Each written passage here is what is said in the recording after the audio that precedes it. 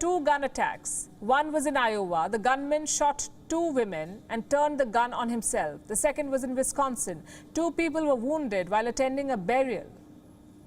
Literally nowhere is safe in America. Schools, supermarkets, parks, even churches and burial grounds.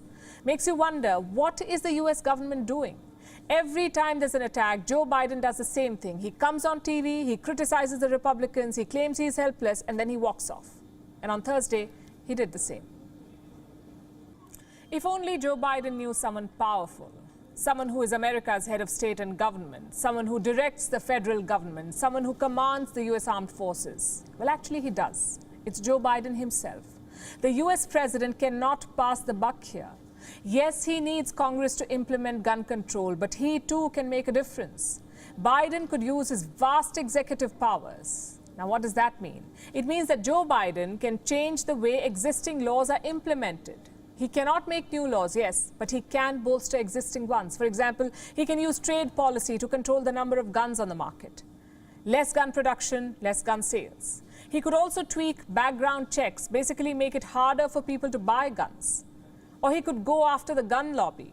They spent $15.8 million on lobbying last year, and Biden has done nothing to stop them. So this charade of helplessness has to end.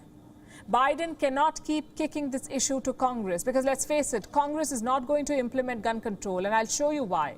On Thursday, the House Judiciary Committee held an urgent meeting. On Thursday, they released their annual report on religious freedoms, aka their preaching guide. Every country has a separate chapter in this report, every country except the United States itself. Well, here's what the chapter on India says. And I'm quoting, attacks on members of religious minority communities, including killings, assaults, and intimidation, occurred throughout the year. These included incidents of cow vigilantism against non-Hindus based on allegations of cow slaughter or trade in beef. India has responded. Its External Affairs Ministry has rejected this criticism, and I'll read out India's response. It is unfortunate that vote bank politics is being practiced in international relations. We would urge that assessments based on motivated inputs and biased views be avoided. But to the point, what gives the United States the authority to judge India? This is a country where people die because of their skin color, where children are shot dead in high school. America should be the last country judging anybody else. So why do they do it? Yesterday, India's foreign minister gave some insight.